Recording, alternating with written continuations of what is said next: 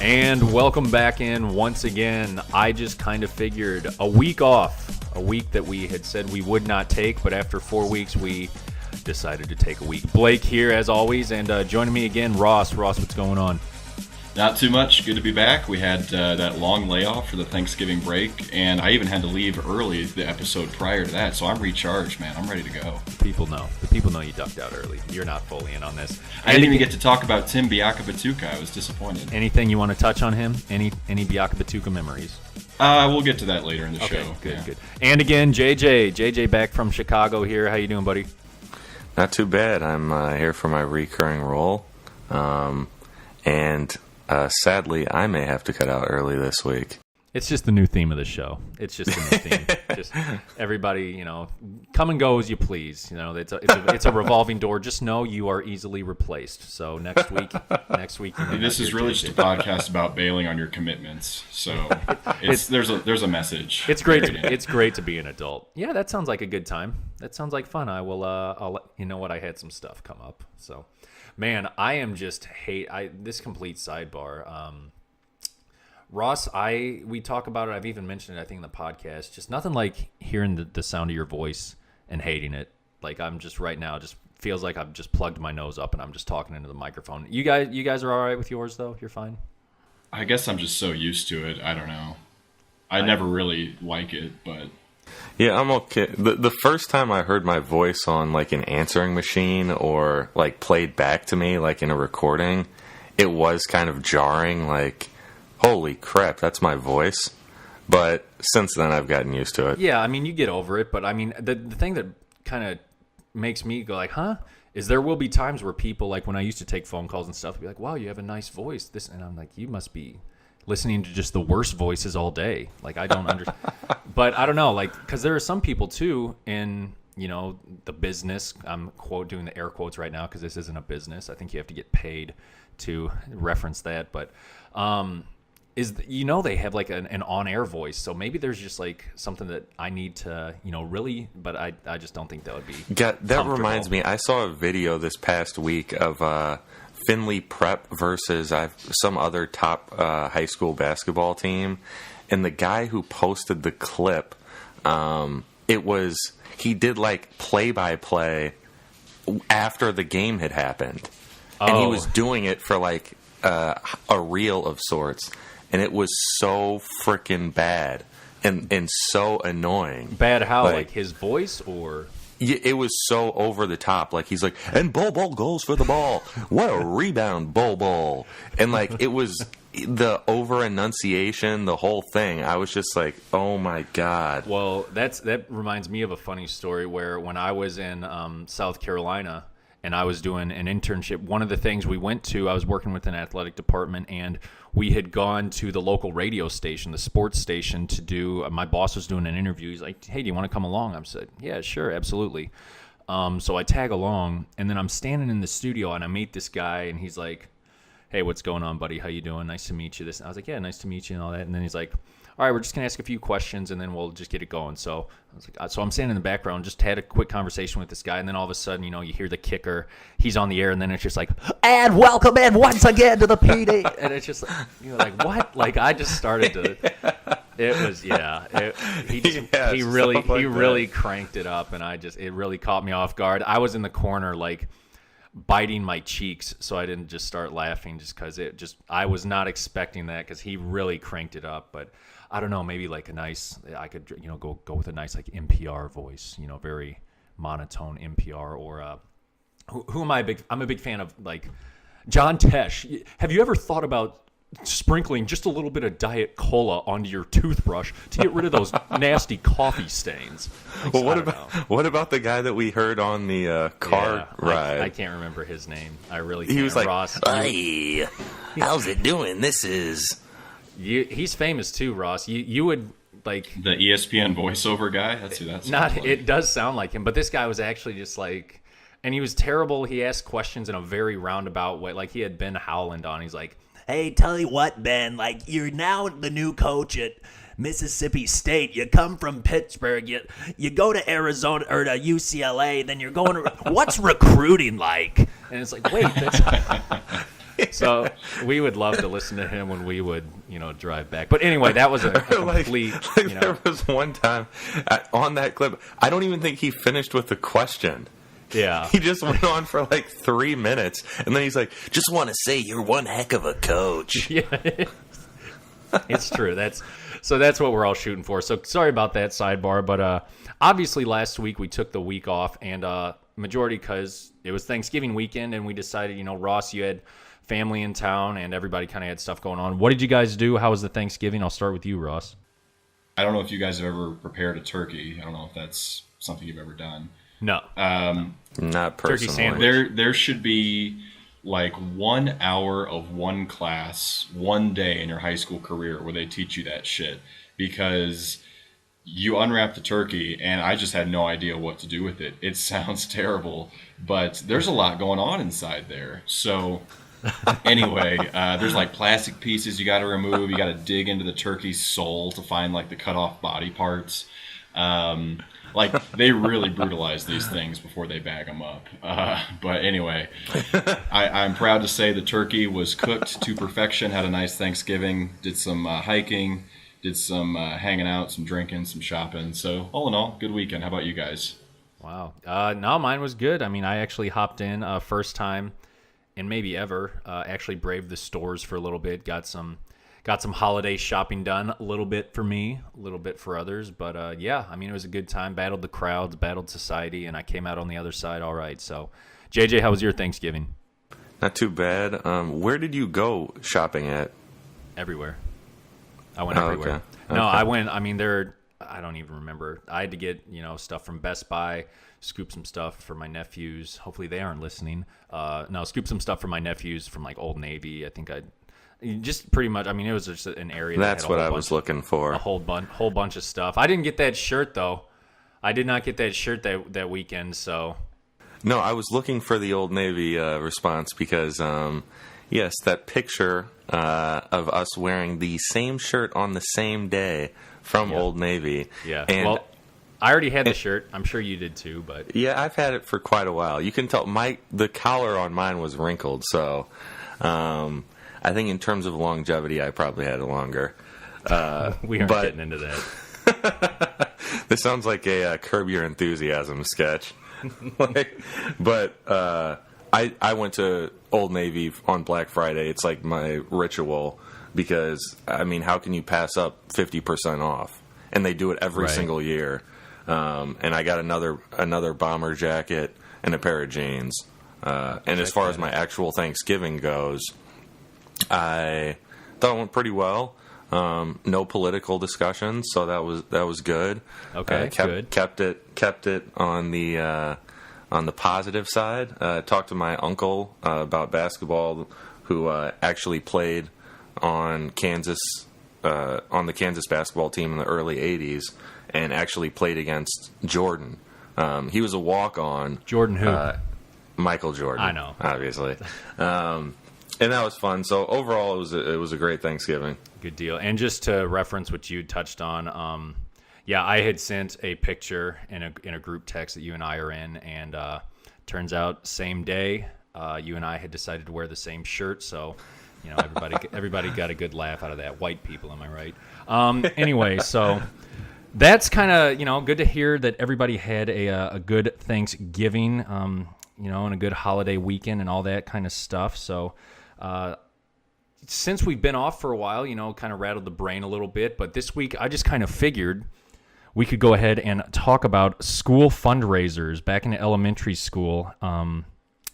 Both of you guys, I mean, remember these? Did you guys ever get in on any of the fundraisers? Did they strike a chord with you? Oh, you mean the first time I was introduced to a Ponzi scheme? Yeah. A lot of memories there. That was it.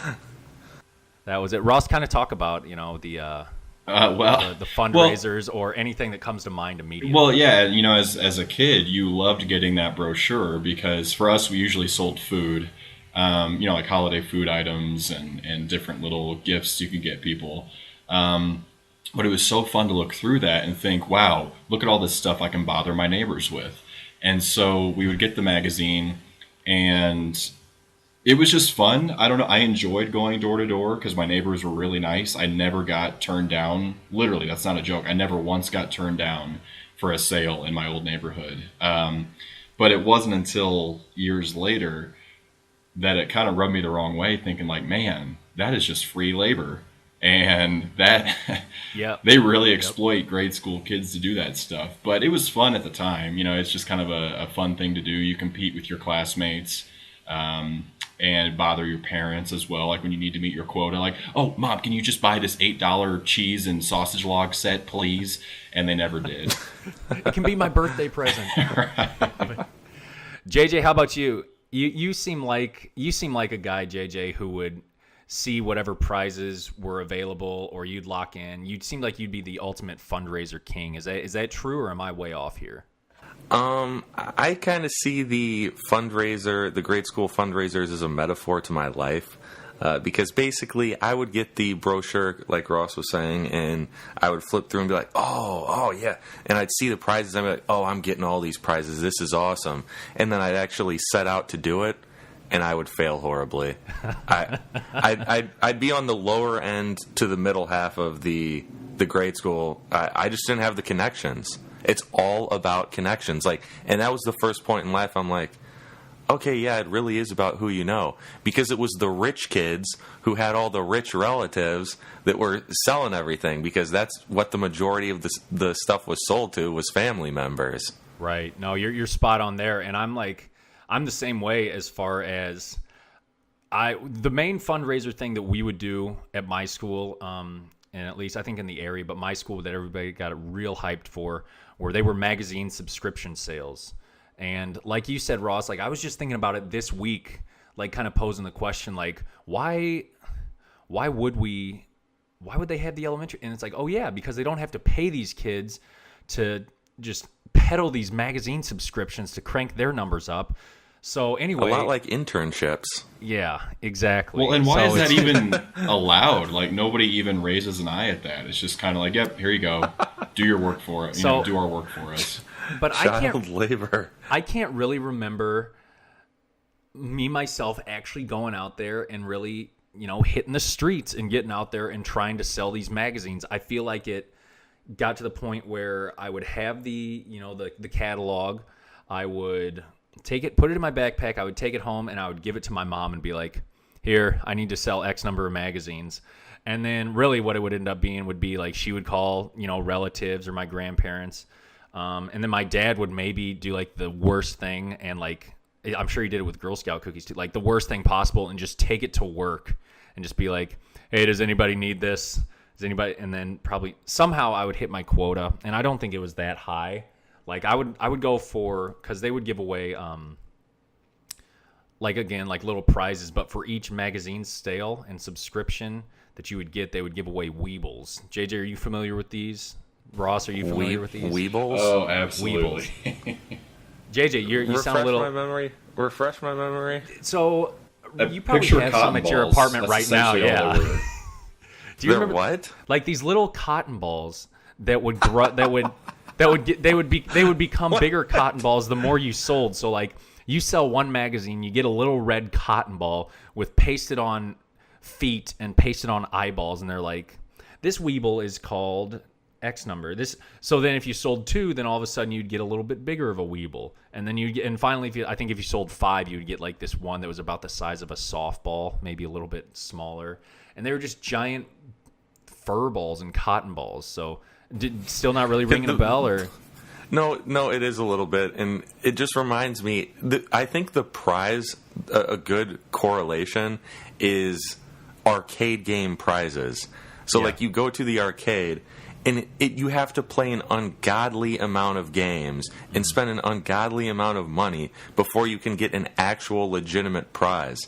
Right. You can be on the basketball game or any other game for 6-7 rounds, play 2 games of skee ball, play some air hockey, whatever, and after you've spent $45, $50, your prize is a Chinese finger trap. That's a pretty good prize, though. Yeah. For the $20 you spent in quarters, yeah, I mean, give me that finger trap, please. So, Yeah, No, exactly. you're right, And as a you're kid, right. you're playing the games for the prizes. Like I'm going for there's that. no understanding. I'm going for that PlayStation up there. Yeah, see you in Yeah. 6 years. Yeah, Yeah, when they're exactly. You'd have to heavily spend. outdated. You'd have to spend thousands of dollars. Like there's no understanding of how money works. Yeah. Well, I'm still working on grasping that concept. But Ross, how about you? When I say Weebles, what comes to mind? Yeah, just the cotton balls, how they probably cost about half a cent to produce, and yet here we are selling like, $50, $100 for these companies, and they're giving us 8 cents worth of prizes. So, but I remember, yeah, there was like upgrades. Like the very first level of prize was like the standard Weeble, and then like the second level was like a little bit cooler one who had sunglasses and he had a surfboard, and they would just sell you on these things. And what's pathetic now is it was somebody's job to go to several schools and talk to the entire student body and try and hype them up on these stupid Weebles. Like that was somebody's profession. It was probably a very easy job. For But the that's person the coming to thing, my is school. it worked because all they had to do was show us like the big cards, like the big Yes, presentation. Yeah, They would have them turned, facing inward. They would be on easels. You'd Yes, have thank you, five easels. five easels. You'd have 5 easels of blank boards. As you walked in, everybody parades in their classes. They all sit on the gym floor, and then this guy just comes up and he's just like, "Who here likes this or this Weeble? He's a little bit cooler. He's gonna be a good guy to take to the beat." And then they would just do this giant unveiling of Yeah. well, say hello to Weeble, and I think they had names. They too, but did. say hello to this guy, and then hang 10, and then they'd flip the cardboard around, and the kids would just lose their shit. well, and I'm getting that one. It's funny because to start the day, that school day, kids had no idea. You had no idea this concept Right. existed. But then by the end of the day, you are so amped up and excited about the prospect of getting these Weebles. It was just disgusting how they used like manipulation of kids to peddle this crap. And it worked, This though. sounds Reach like their this sounds numbers. like a Key and Peele sketch. It very well could be, because it's comical how awful this scheme is, but it works for these companies. And so these Weebles, I just remember they really built you up on them. There was nothing to them. But then, of course, it became like the competition again between your classmates, because you'd have the one classmate who was really good at selling things or, had the connections like we're talking about. And they would be the ones who would get the biggest box of prizes 2 months later. And it was just like, oh, man, that's what we were working for. And he did it. He's top of the mountain. Good for him. Just what he needed, more stuff. Yeah, so it just became the biggest thing ever if you were like a 7-year-old. Well, and you touched on the assembly, and that's kind of where I was wanting to go to. You said it, you would sell one magazine subscription, and here is your just loose Weeble cotton ball. Hang on to that. Hang on. Luckily, Weeble number 2, if you were so lucky and such a prime salesman at the age of 7, the kicker would be all right, you'll get the second Weeble and a Weeble collect or a Weeble holder or whatever, which was just one of those little. It was just like a little clasp or Yeah, whatever. where then plastic all of a keychain sudden- clip or something. Yeah. So then all of a sudden, great, I have all my Weebles all in one place. Or you could lose them all in one place too. But yeah, then it would just continue to grow. The Weebles would get a little bit bigger, a little bit cooler. And then finally, if you were walking around school that week, I can't remember how long it went. Maybe we'll say a month or 3 weeks. But if you were walking around school with just a keychain full of Weebles, you're like, that kid's got it all together. That kid has it figured Yeah. out. It was a status thing. Thanks to my parents, I think I hit the Weebles, pretty consistently. I think I had the most of them, and I did all right. Did you guys have Weeble collectors at all? Any incentive like that? We called them Weeble collectors. I don't know, but pretty much it would be bring your collection to lunch. And these people dressed up like homeless clowns, pretty much. They were supposed to be all fun and out there. They would give you a Tutti Frutti candy for each Weeble you had, so you could get a little extra candy on top of it. But you never knew when they were coming, so you always had to carry them to lunch. That you just got more stuff for bringing Weebles to lunch? Yeah. I guess Tutti Fruttis. we didn't have that. Tutti Again, Fruttis. the budget in my school system was pretty low. We didn't use the dodgeballs for popcorn with the parachutes. We used paper. So this is probably another example of that. Like, guys, we don't have it in the budget to bring these homeless clowns in for these kids. So we're not. Bring your Weebles in, and we will give you more paper for popcorn. Yeah. I don't remember that though. That's interesting. Yeah, it was a nice little added addition there. JJ, you're just real. You weren't Weebles aren't a part of your childhood memories, huh? No, that's not. I'm not sure what these Weebles are. I'm actually, as you've been talking about it, I've been looking them up, trying to refresh my memory. Trying to and get an idea. I've got nothing. Really? The closest thing I can think of was one of our mutual friends, Shane. He was like obsessed with Homies toys, which were like little toys that you can get in like a quarter machine. And I think that they seem somewhat similar, except they actually look a lot cooler than these Weebles look. Yeah, no. Here, I'm gonna send you a picture because I think it maybe actually came from the '80s too. So that whatever, '80s, '90s, it's all the same. But no, because this was like seriously. I'm just looking at the pictures right now, and it's just like cotton balls with googly eyes. Like that, and like little feet, like Google, like it's almost like the plastic version of the eyes that you get on like ice cream cones and stuff. Like, but you couldn't eat these, believe me. Well, and it's sad because the way you describe them is we literally could have left the assembly where the guy's building us up on Weebles, gone to art class, and made our own damn Weebles. They probably did that somewhere else. More child labor. Yeah, I'm looking at these pictures, and yeah, it's like I feel like this is something I probably made. I sent you a picture if you hadn't found it. So yeah, like it's. I love them, ridiculous. Man. I had fond memories of them. Now looking back, it's just kind of like, why do you waste your time on things like that just to sell somebody a home and garden magazine or a Sports Illustrated? I may have even gotten like a Sports Illustrated for kids out of the deal. I don't know if these were like better prices of magazines, or I never looked at it that close, and as a kid all you cared about was the finish line. So yeah, and I almost feel bad for all the people that I suckered into buying this stuff. They at least got at least it was a magazine though, at least that's but no one really needs it. The only reason they were doing it was to support you. Well, yeah, of course, but I feel worse for like relatives and grandparents when my sisters and I were all in school at the same time. What the hell do you do then? You got three. No, you don't need 3 magazine subscriptions at once. So I guess it's just kind of, all right, you take them, I'll take his, and you take. So I don't know how they really divvied it up, but kind of going back to the assembly. Ross, do you remember anything else about? I just remember really the easels where they would unveil. They would unveil them, and kids would just go nuts. And then also on top of that, I can't remember how it goes. Maybe there was just one. I think that there were additional like smaller prizes, like I said, the kicker with like the keychain, and then also a couple pencils.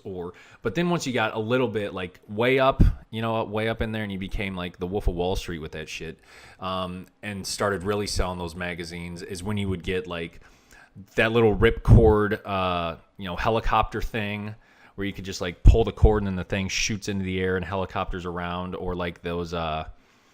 I distinctly remember one, and it's disgusting to think about it now. I think they were supposed to be hedgehogs, but it looked like possums. But it was like just a little zipper, like it was a big possum or hedgehog with a zipper on its underside, which then you would unzip it and open it up. And little small ones would, they were all stuffed, and kids really got, went after that one. But I don't know. Just do you remember any of the bigger prizes? Like we never had like huge, like, oh, the person who sells the most gets a 30-inch box TV or anything like that. Well, hearing it now, it's just like, man, we as kids really were gullible for some cheap crap. But thinking of the prizes, like, yeah, there were the certain fundraisers where like there were actual like items like you're talking about. And I remember this would have been, I don't know, late 90s, but it was right after the N64 came out. And that was one of the prizes, one of the top prizes for a fundraiser we did. And of course, all the kids won it because nobody had one at that point for the most part. And I remember being on my bus riding home, and there was this kid who was 2 grades above me. His name was Gabe. Strikes 1 and 2. Oh, God. Yeah, strikes 1 and 2 Yeah. right there. But he literally was a con artist at the age of like 8 because he would go to kids on the bus and say, hey, all right, if you sign all of your sales over to me, I can make sure that we pool our sales together and then I'll get you an N64. And he was so convincing at the time. I remember actually considering doing it because I wanted one so bad. But that's how much kids wanted the prizes. Whether it was cheap or it was awesome, that's how hard you were willing to work to sell stuff, was because they suckered you in by the promise of getting things. So I guess no specific prizes come to mind in general, but just the fact that, yeah, they would offer some cool stuff too. Did Gabe get others under his wing, and did he get some good prizes? Do you remember, or is he in a minimum or maximum security prison? Well, it's funny. I don't think anybody ever fell for that. I may have even gone so far as to like propose it to my parents, like, "Hey, what do you think if I did this?" And they were like, "Are you kidding me? Like, this kid's scamming you. Stop it." But thinking of that story this morning before we started recording, I actually looked old Gabe up on Facebook, and Okay. he is not in prison. Good. But if you'll indulge me for about 30 seconds, one other story. He was just always an odd kid, to the point where I think I was in 7th grade, and you're in junior high at that point. You're going to like the high school football games. And for some reason, like, he was with the group I was sitting with that night. And he just was one of those guys where the more you were around him, the more it was like uncomfortable. Like, dude, Gabe, shut up. Like, you're being too loud or you're saying dumb stuff. So we're at this football game. I don't know what the topic was, but extremely loudly for a public setting, Gabe chimes into this conversation, adding on by going, "Well, that's like sticking your finger up your butthole." And the adults around us did not like that phrase at all, and he got in trouble. But it was just like, Gabe, shut the hell up, dude. So he was one of those kids. He was a con artist. I'm glad it never worked to get the N64 scheme going. So anyway, that is a horribly off the mark tangent. Let me rein it back in here. Fundraisers, Jeez, Gabe. What's the Get deal? it together, Gabe. Come on, man. I figured I had to share that story just because that kid was Right. so classically weird. So anyway, you guys chime something in. I'm done. Not to continue the tangent, but that did remind me of another kid from my school. I won't disclose the last name, but his first name is Jeff. And I'm sure you'll know who I'm talking about, Blake, after I tell this story. I think I already do, but go. But he was the similar type of grade school con artist. And his mom was one of the first people to have a Sam's Club membership. So he would buy cartons of gum, and he would resell them for like $1 or $2 per pack. And every kid like wanted candy in school, so they'd be like, oh, what do you got? What do you got? But the ultimate con he did was there was this candy at one point called Raven's Revenge, and it was basically a kind of sour, sugary candy, and it came in these vials, these tubes. And what he would do is after he bought the Raven's Revenge and ate it himself, God, no.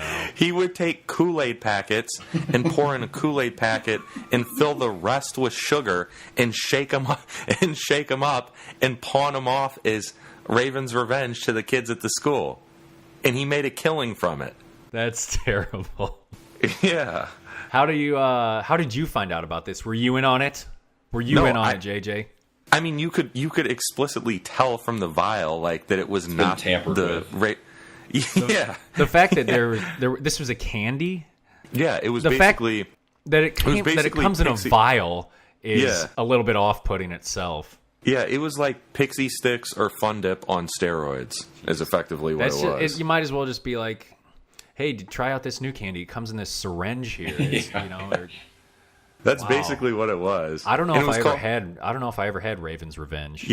Yeah, Raven's Revenge. The name even was pretty intense. Yeah. I actually too had again, as this is going to be the very last but touching on like an elementary school memory that just hit me this week.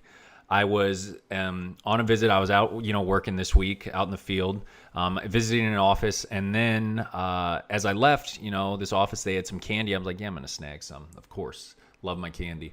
And I grabbed, I can't remember what it was, maybe like Gobstoppers. They had Gobstoppers. And I'm like, yeah, I'm going to get a little 3-pack of those. But then staring at me was this little blue raspberry Warhead.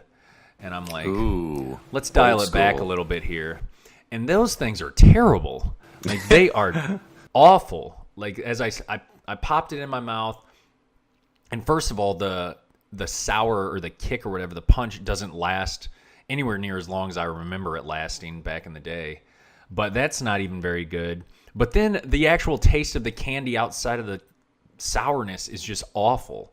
So I didn't finish it. I spit it out the window going down the highway. I just remember the first time I discovered Warheads. I loved them so much. I literally rubbed the taste buds off of my tongue from the friction and the horrible things that powder, that sour powder, did to your taste buds. I literally had a numb tongue for like a week. But black cherry all the way. Let me put that on the record. Yeah, gross. My brother was a Warhead addict as well. Hey, remember when we were talking about about fundraisers? Because I hardly do at all. What were some other ones? I mean, JJ, do you Weebles and magazine sales didn't really hit you as hard as maybe it was hitting me and Ross. What do you remember? Any other fundraisers maybe you had to do back in your elementary school days? I do remember. Do you remember selling popcorn? I think that's when I kind of was that Boy Scout? Clear. Like that may have been. That was. I don't know if but that. Still, I think that was school. But still, like, okay, so like another fundraiser maybe to get things, kicked off is, I remember the American Legion in town. It would be fundraising, Little League Baseball. You would walk around, and this I remember doing door to door, and I'm sure my parents hated it too, because even then, like, they had to, all right, I'm going to drop you off here. I'll be at the end of the block. It's like, all right. So you're just knocking door to door. Somebody answers the door if you're lucky. And then finally they do, and you just recite your speech. It's like, hello, my name is Blake, and I'm from the local Little League. And then you're just trying to get them to donate anything. And if, for the most part, people would be like what I do now is, thanks, but no thanks. Or the owner of the home's actually not here right now. So, but all it was is like, okay, maybe you'd get $1 out of them, maybe some loose change. And then all they would get out of it would, I mean, I guess it's a fundraiser. They would get a sticker, or not a sticker, like a piece of paper that just said, like, I donated to the American Legion. Yep, I was about to say that. People got a lot smarter because they started slapping that on their front door window or like their front window. So they'd be like, as a way to say, get the hell away from me. I've already been bothered. Yeah, I distinctly remember that now. I remember fundraising for the American Legion, and that was probably the best fundraising I did, and I remember some of the prizes for that. I remember because they were tied. Yeah, well, like I remember at one point turning in like my points or whatever money for the prizes, and my prize was wristbands. And they didn't even have like Adidas or Nike. They were just randomly the Florida Seminoles. Nice. And we live in central Illinois. So I'm not exactly sure what the correlation was there. And maybe that was the only team. Yeah, that was the only team they had. I was like, I want to get some wristbands. FSU's, presence stretched a long way. Yeah. I guess so. Yeah, but when you say that, I remember if they donated like more than $5, yeah, here's a blue piece of paper that says American Legion on it. Yeah, it's just, and it even had like a very like poorly pixelated photo of a kid or something. Like not like an actual. Well, it was like maybe like one of the kids back in the day, but like it was like one of those like, it was an old school picture of it was some cheap. Random kid. It looked bad. And I think if you raised enough money, maybe it was like 50, but maybe it was way more than I remember. But you would get to go on a bus trip up to a Cubs Cardinal game, so everybody would always be happy about that. But then when the day would actually come, then you were actually on a bus with just a crap ton of just kids, and then you have to get everybody back at the same time, and everybody. So yeah, it's just. So did you raise enough to go on that trip? Hell yeah, I did. See, I never raised enough. I wasn't even that good. I can't say if I raised enough. I know my dad was like one of the trip organizers, or he helped along with. So I'm sure they just said like, just go, just he had the back door for you. Exactly. Or there could have been time. Maybe he just started to go to these games without me. Like, yeah, they don't do that fundraiser anymore. I don't know. So, but yeah, or he bought the tickets, probably. and then said, yeah, you were part of it. Let's go. Yeah, probably. Ross, how about you? Any other fundraisers that come to mind? I just think as you get older, you started selling things that were maybe more of interest to people. Like we sold like pizzas at one point. I know we partnered like with who was it, Krispy Kreme, to sell Krispy Kreme like donuts in like dozens.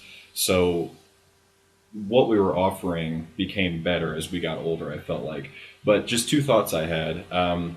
And it occurred to me when you talk about like giving back to like the American Legion, I guess that was the incentive for a lot of my neighbors. Like I've always been amazed, like, wow, they were so nice to me and always spent their money on my junk.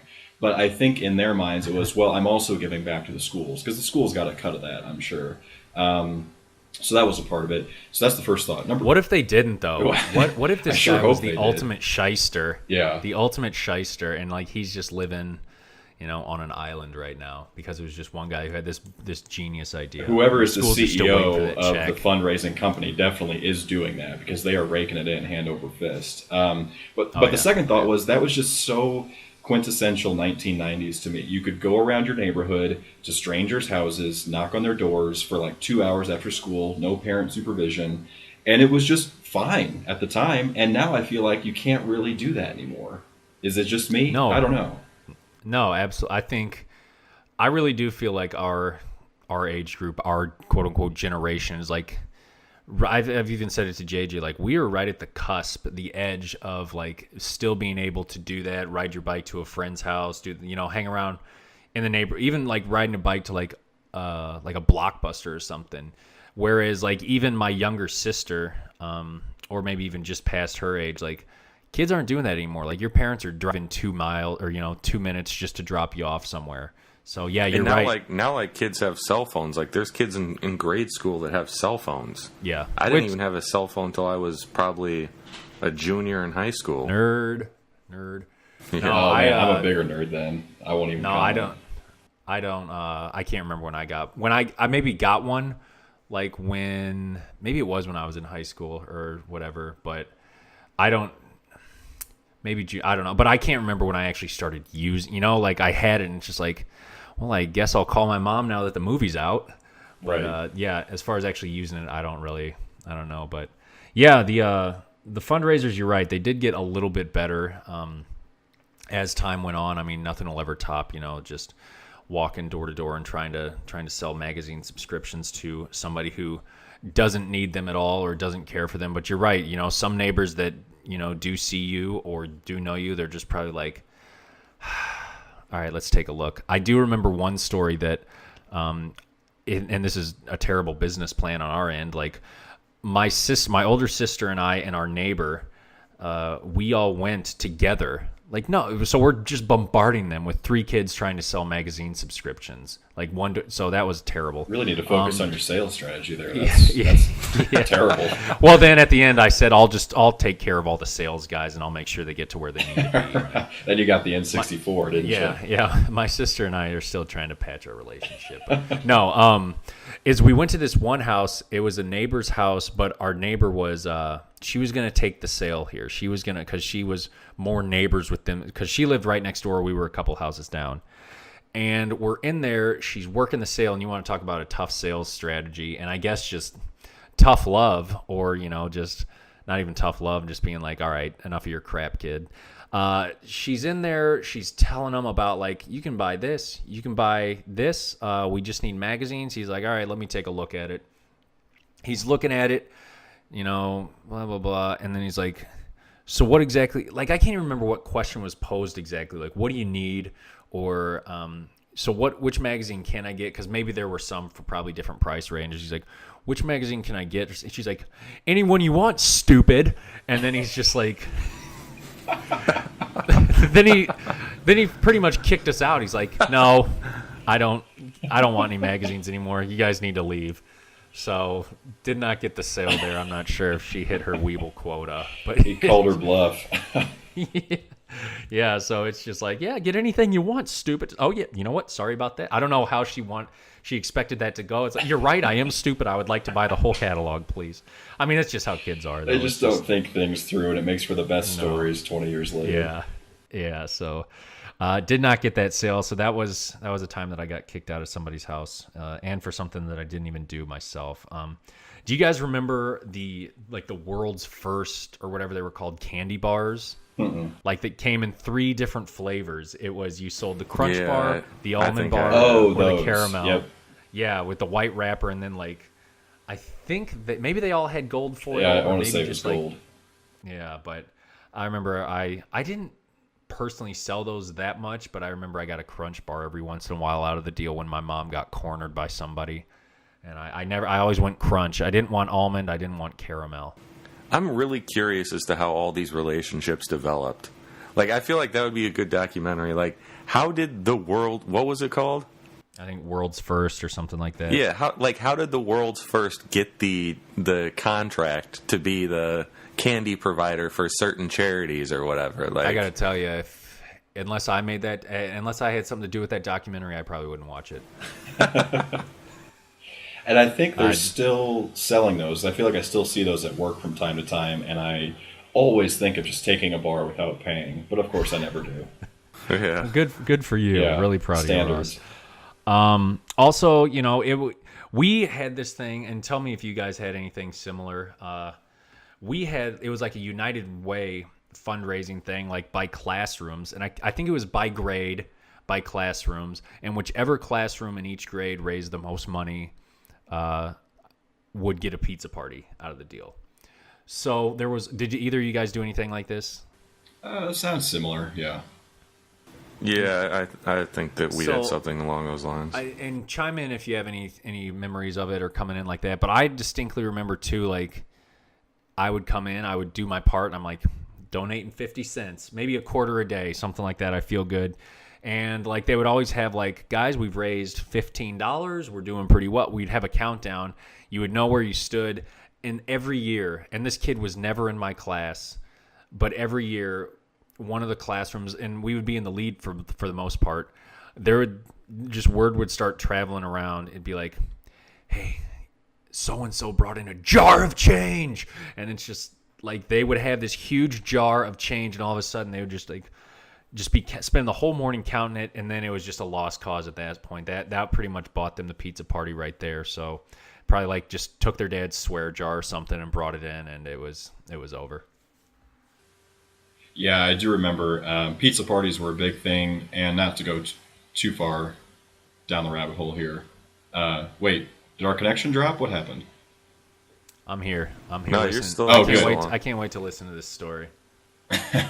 Well, no, just Edge of my seat. not so much a story, just the box tops for education as well. And that was a big one, to where it's like you're saying, yeah, word would get around the school, like, oh, this class is in the lead. And it was always like the 3rd grade class, like with the teacher that everybody loved, like, how are they doing it? But I remember, we would always just get desperate to bring in these box tops. And so I would go through our pantry and just ruin cereal boxes trying to get these things off before we finished screw the this cereal. class. Yeah. So I would pillage our pantry at home and like rip off labels, do whatever I had to do, and we still didn't win.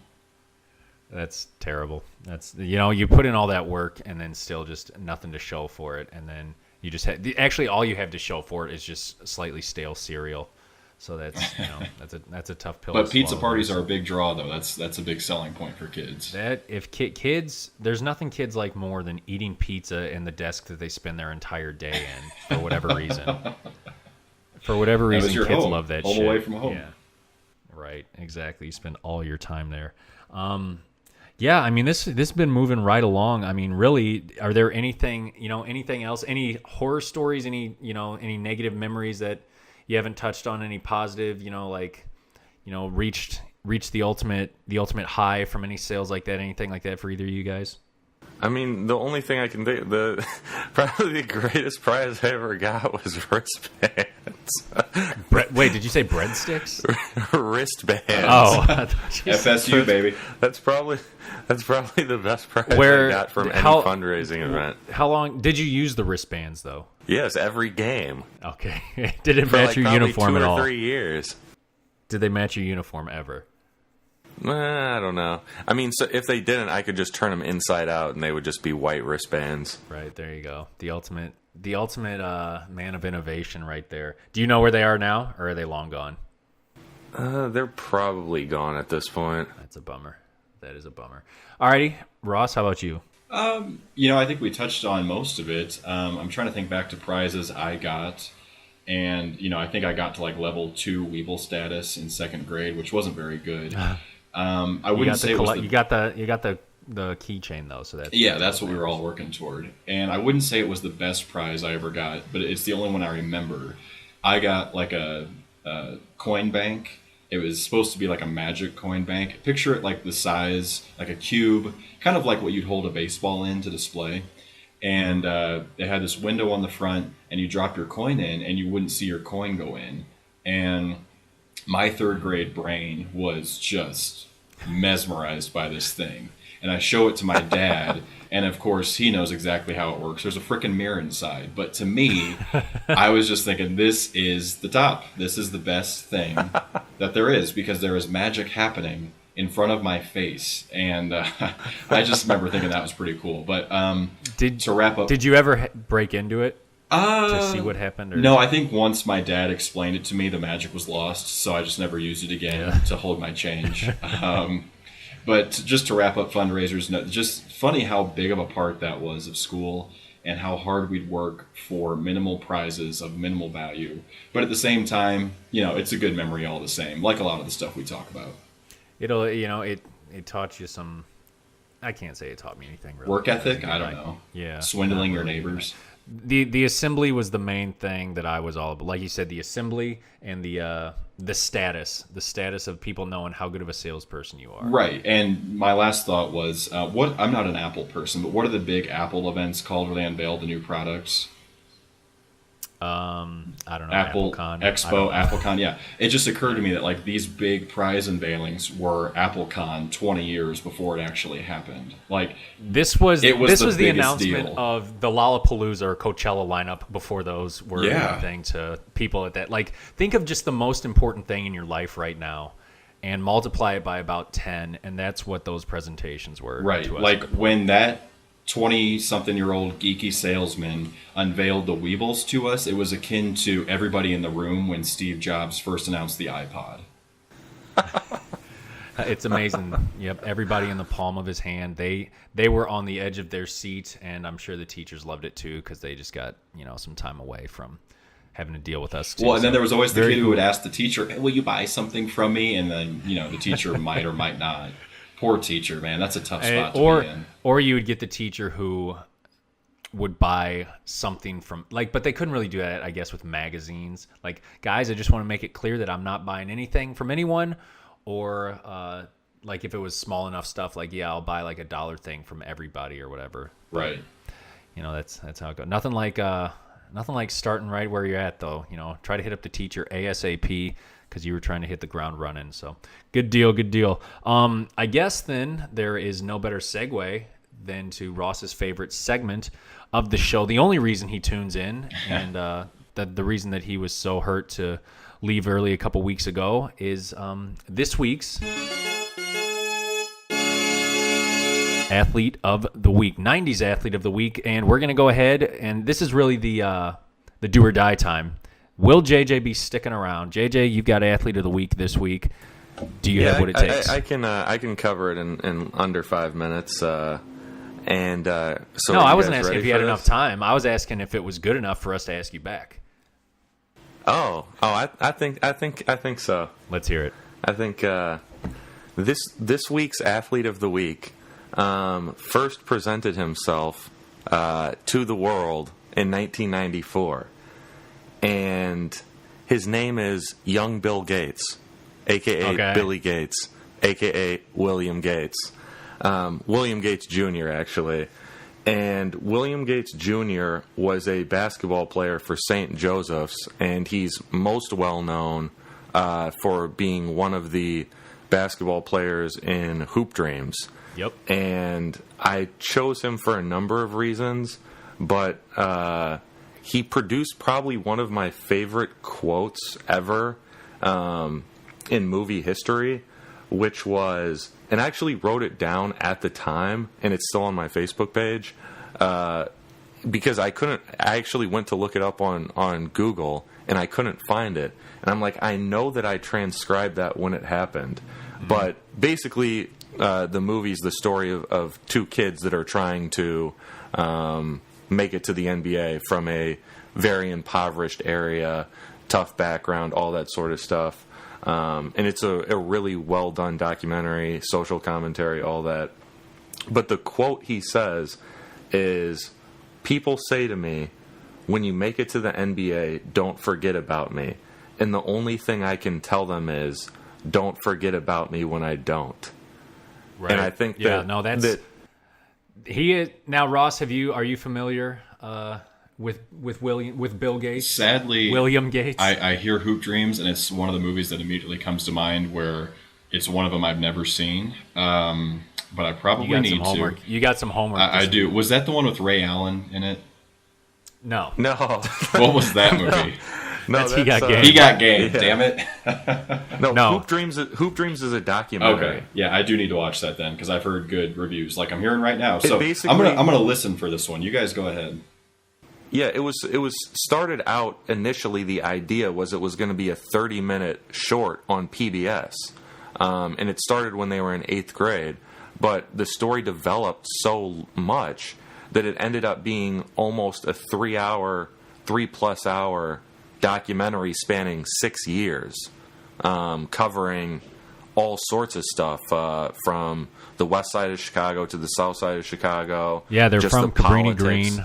I mean, that's it's one great. Of them's from Cabrini. Yeah, it's deals with the politics of high school sports, and how they both start out going to St. Joseph's, the two characters in the movie, and because basically one is not as good as the other, they end up not allowing him to stay at St. Joseph's, and all the turmoil that he goes through, etc. It's one of the best documentaries ever. I actually even just tuned into it a little just the other morning, or I think Saturday morning. So yesterday I popped it on while I was thinking about it. It's long. I mean, it's pretty long, but it's so good. Like I could easily watch it. Oh, it's super depressing, but I mean, like you said, it's real. But just to kind of touch on other stuff that he did, and Ross, definitely check it out. Anybody who hasn't heard it or watched it, it's definitely worth your time. I mean, and like JJ said, it's crazy to think that it was going to be a 30-minute short that just turned into this mega, 4-hour movie or documentary. But so pretty much Gates, he started as a freshman on the high school team, same high school that Isaiah Thomas went to. They were kind of just putting these lofty, expectations on him right away. He did, and without spoiling too much, I mean, I guess I got to spoil it anyway. Yeah, go ahead. He hurt his knee throughout the process, and he still continued to play, but it kind of hampered him a little bit. But anyway, he went to college. I won't tell you where. You can check that out. But then also kind of an interesting tidbit is, and JJ, I remember you told me about this when it was happening, is Gates worked out with Michael Jordan in preparation for when Jordan was coming back with the Wizards, and he was even offered a tryout with the Wizards, but eventually, or before he could, or at the time, he injured his foot. So again, kind of more heartbreak per se on that situation. But as I'm looking at it, he got his Bible degree at Moody Bible Institute in Chicago, became a pastor in Cabrini Green, a position that he held until 2012, and Cabrini Green's gone now too, or at least the buildings are. But I'm seeing he relocated his family to San Antonio, Texas area. William, I'm coming for you, bro. We got to talk. I want to chat this guy up. He'd be a great guy to talk to. But yeah, great athlete of the week, JJ. William Gates. Unbelievable documentary, and anybody who hasn't seen it, Ross, you especially, check it out. It's well worth your time. It'll grip you because you got a couple of really interesting characters, and just interesting to see how things, play out on both of their ends. So, any closing thoughts from either of you? Well, I guess now I just hope I don't watch He Got Game by mistake. I'm scared. You're scared? I feel like I would start into Hoop Dreams thinking it was Hoop Dreams, and then, hey, wait, Ray Allen's on this movie. What's he doing?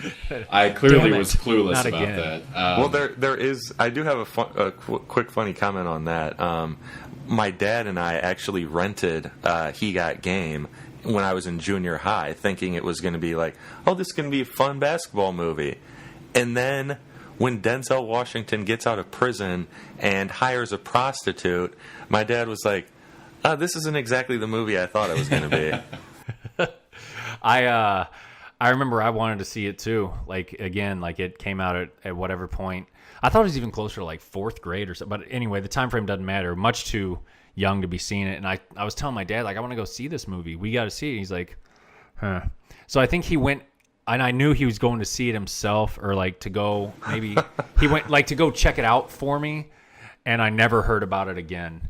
So clearly it did not pass. I didn't even ask, like, because I'm like, okay, I guess that's.